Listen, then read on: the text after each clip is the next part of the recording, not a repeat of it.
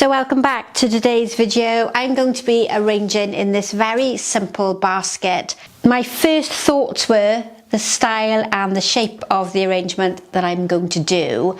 And I'm thinking, because I have this handle effect here in the centre, it would be really nice to come down this side and up on the other side, almost like a crescent shape or a banana. And you'll probably know, if you've been following me for a while, it's one of my favourite shapes. But I think if I do any other shape in this basket, it's going to hide the handles.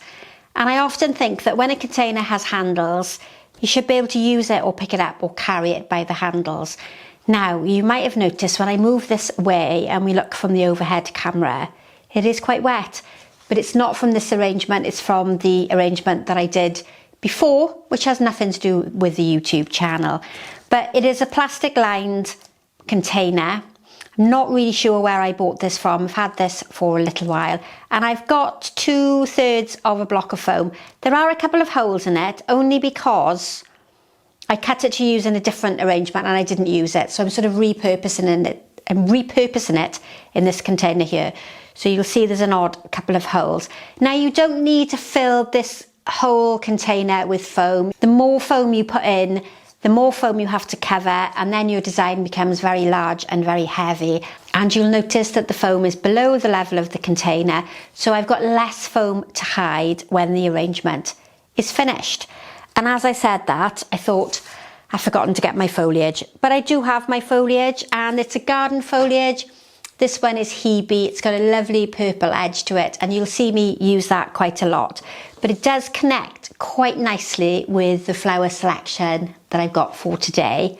And some of them are locally grown, some of them are from the florist supplies. And it's always interesting to know in the comments, what type of arrangements do you like? Do you like arrangements that use florist grade flowers and those that are a little bit different? Do you like garden foliage, garden flowers? Do you like supermarket arranging, or are you quite happy to watch any video at all? Because if I have an understanding of what you like to watch, it's easier for me to plan videos. I know that foam-free videos aren't particularly well liked. Not many people watch them, but the foam ones are definitely the more popular ones. And while I'm talking, I'm just sorting through this really delicate pink flower. And if you know your garden flowers, this is forget-me-not. It's a Chinese forget-me-not, and it's a gorgeous soft pink. Really, really lovely. And if you join me for the live lessons, so I have live lessons run usually on a Monday or a Tuesday, then I got this from my local grower to use in one of the meadow style arrangements, and it's lasted really well.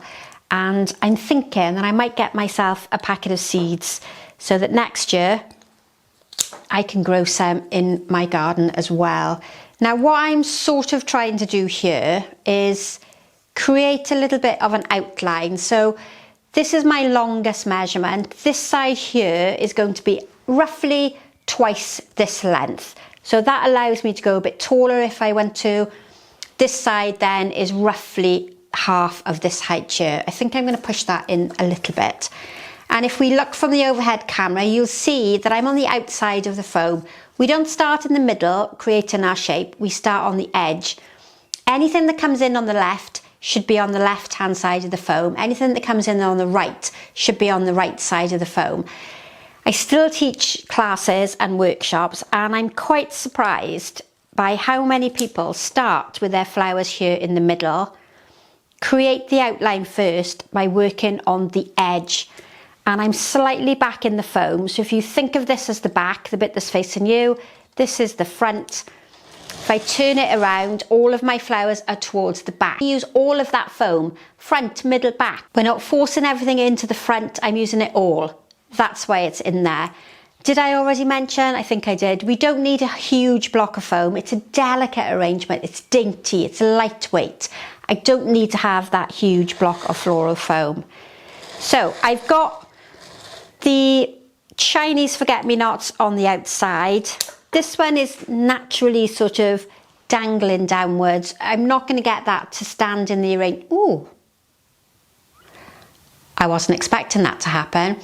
I'm not really going to get it to stay in that position for too long, but I think it looks quite nice dangling downwards, so that can come towards the front. So what we're trying to do is connect what's on this side to this side here, and then I'm going to use another little bit on that part there. And it's a soft stemmed flower. It's not a woody stem, it's not tough, it's very soft and delicate, so you're better cutting it straight across to go into the foam than at an angle. When you cut at an angle, you're reducing the stem strength at the bottom. So any soft stem flowers should be cut straight across. And I've got that really nice shape. And if I decide I want to pick it up by the handle, there is still plenty of room there for me to pick up the arrangement and not damage the flowers. Now the next flower I'm going to use is the Allium. It's a seasonal flower. If you're in the same sort of temperature and climate as here in the UK, then you're likely to have Alliums growing in the garden. These are quite dainty, quite delicate. You can of course get huge Alliums as well. And I'm going to do a similar sort of effect. I'm going to start on this side, one on this side here, and then I'm going to link them together in the middle. So whatever we have on the outside of the arrangement, on the edges, should also be represented in the middle. I'm going to cut this one quite tall because I've got the nice bit of stem length. And if you've watched me for a while, you'll know that I often say arrange in triangles, and we have, if I could draw a line from this one to this one, for this one to this one, we have a triangle effect taking place. I'm not matching the flowers on either side. And then, if I can keep the camera facing you, I'm going to bring the flowers in really short and tight to the foam. So we're scooping down in the middle. I'm still trying to make allowances for the shape of my basket and the closing of the handle. So this flower here is quite low. Now before I go any further, I'm going to add in the Gerbera. Now these haven't come from my local flower farm. These have come from the online auction.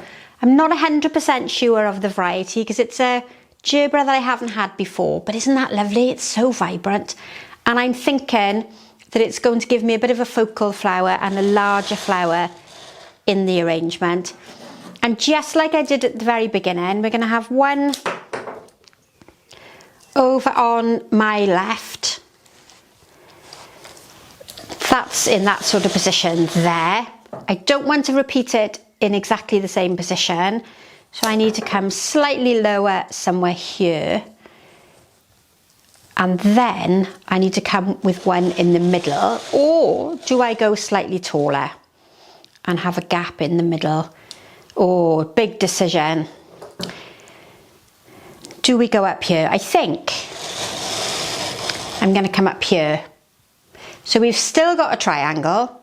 It's a triangle between this one and this one, and then the long line of the triangle comes to this top one here. What I'm thinking is, if I bury it here, we're not going to see it. It's going to be completely lost.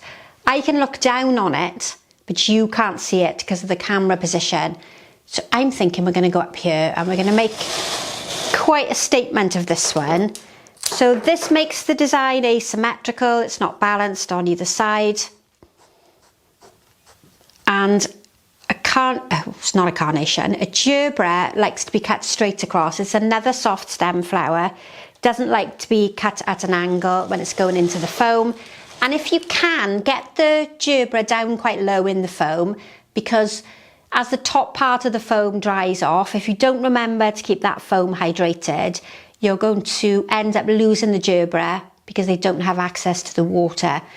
So always consider getting them right in to the bottom of the foam, as low as you possibly can. It's not so important with the other flowers, but definitely important with those Gerberas who really aren't lovers of foam. Now look at the colour on those, aren't they absolutely amazing? Now this one has a little bit of a nodding head, and it's such a good colour link with the centre of my Gerbera.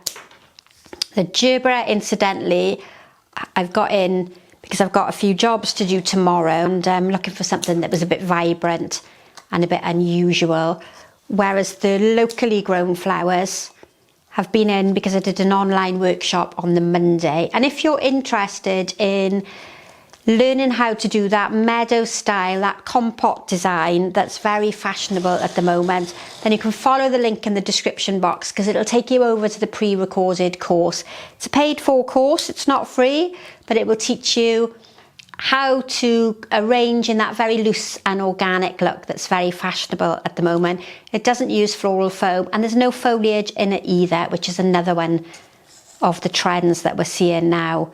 So those workshops, those online lessons are aimed at sort of florists or flower arrangers, and once you get the video it's yours to keep forever, so you don't have to worry about losing it. So that pattern of sort of 3 is created all the way over from the taller side to the shorter side, and in the centre I'm going to use a spray rose. I don't know the variety of this one either. I've had quite a lot of flowers in this weekend and I don't always remember the different types. So what I'm going to pop in there is again a rose that's quite low down. In fact, I'm going to cut that a bit shorter, and one of the main reasons for me to use the rose here rather than one of the more delicate flowers is because it's going to be able to cope with the handle being opened and closed. If I use something that was more delicate, there's a chance that it's going to get damaged or the head is going to break. So we've got a low down bit of flower, and then I can extend the colour up towards the edge and over the front. Now the rose as a whole head, so there's 3 little heads on there, is visually a bit too heavy, so I'm going to cut off one so I've got a better distribution of the shape and the size. I'm also going to remove the foliage because it's looking a bit tired, and I'm going to get this rose just alongside that Gerbera but slightly lower down, and this little one, we don't want to waste it. We can pop it in right down there on top of the foam. That's going to help bring depth and it's going to cover my foam. And then I need to bring something towards the front because we've got 2 quite strong placements from here out and from here out. What I need to do now is add something here. And it could be another Gerbera. If you don't like that uneven balance of the Gerbera, you can quite easily add one in at the front. But I think 3 of them is going to work quite well. Let's get that one in towards the front. Right, okay, so that's the position we're in. Slightly move that one so we can get that handle. And then if we decide we want to pick it up, we can still do so. And it's quite nicely balanced. Even though there's more flowers on this side, it's not tipping too much to the side with the majority of flowers. And then because I've got the spray rose on this side, I also need to bring it to the opposite side. And I can do that with the longer pieces. So you'll see with this one, I've got much longer stems to play with. That first one I had, the heads were really closely compact together. I think that's come together so nicely. It's quite soft, it's quite delicate. I think it would be lovely for a gift for somebody. You could even use it as decoration in a church or for a wedding. And then I'm just going to finish it off with the Orlaya, which is a hugely fashionable, dainty little flower. Lasts quite well. We're using it quite a lot instead of gyp at the moment. You can buy this from a local flower farm or you can get it from your wholesaler. And it does last particularly well, even though it looks delicate.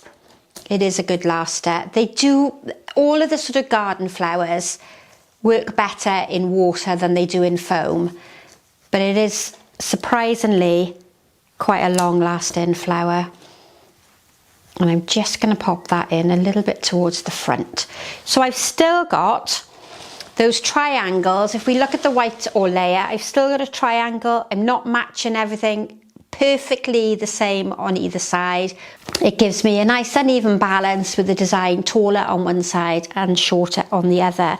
And really, it's a style that you can create in any container. It doesn't have to be a basket like this. It could be a round bowl that I just happen to have by my side.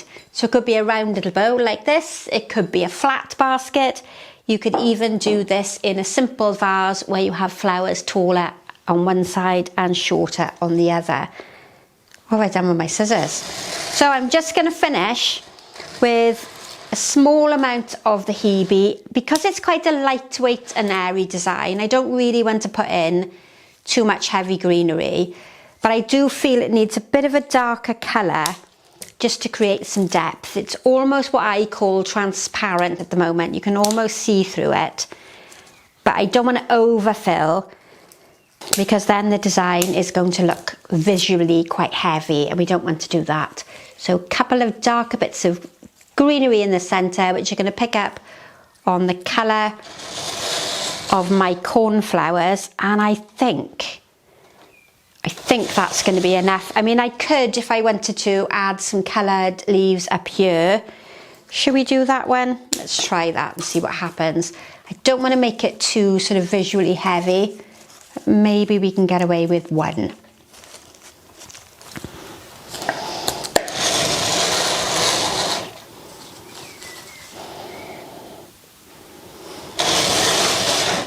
Do I like it? I don't think I do. No, I don't like it. It might be your style, and that's okay, but I'm just going to use the greenery tucked down low to hide my floral foam.